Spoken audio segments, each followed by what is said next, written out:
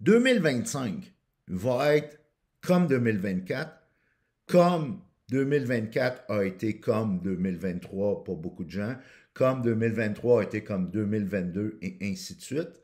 Alors, 2025 va être comme 2024 à moins que.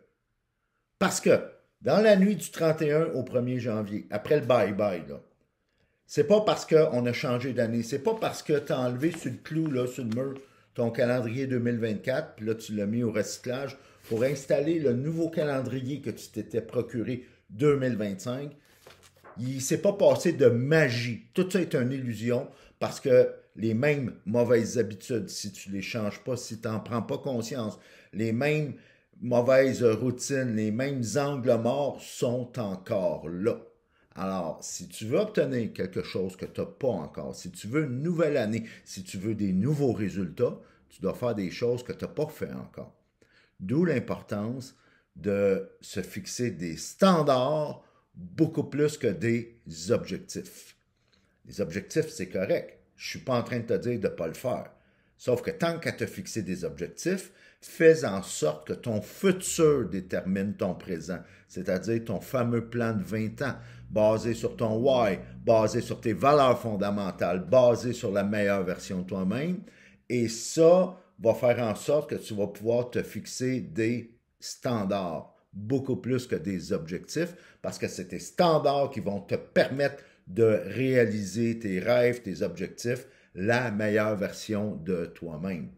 Toutefois, petit avertissement, quand tu établis tes standards, beaucoup plus que tes objectifs, puis que tu commences jour après jour après jour, semaine après semaine, et ainsi de suite, puis tu développes cette constance-là de vivre selon tes nouveaux standards, il va se creuser un écart avec les gens qui t'entourent, avec ton réseau, avec ton écosystème proche de toi.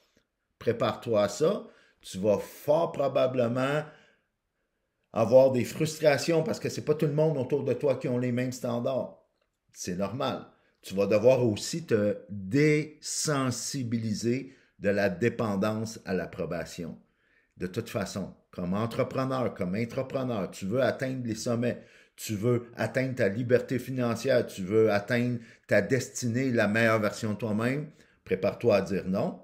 Prépare-toi à vivre des frustrations parce que les gens autour de toi n'auront pas les mêmes standards. Prépare-toi aussi à te désensibiliser de la dépendance à l'approbation parce que de toute façon, dis-toi une chose.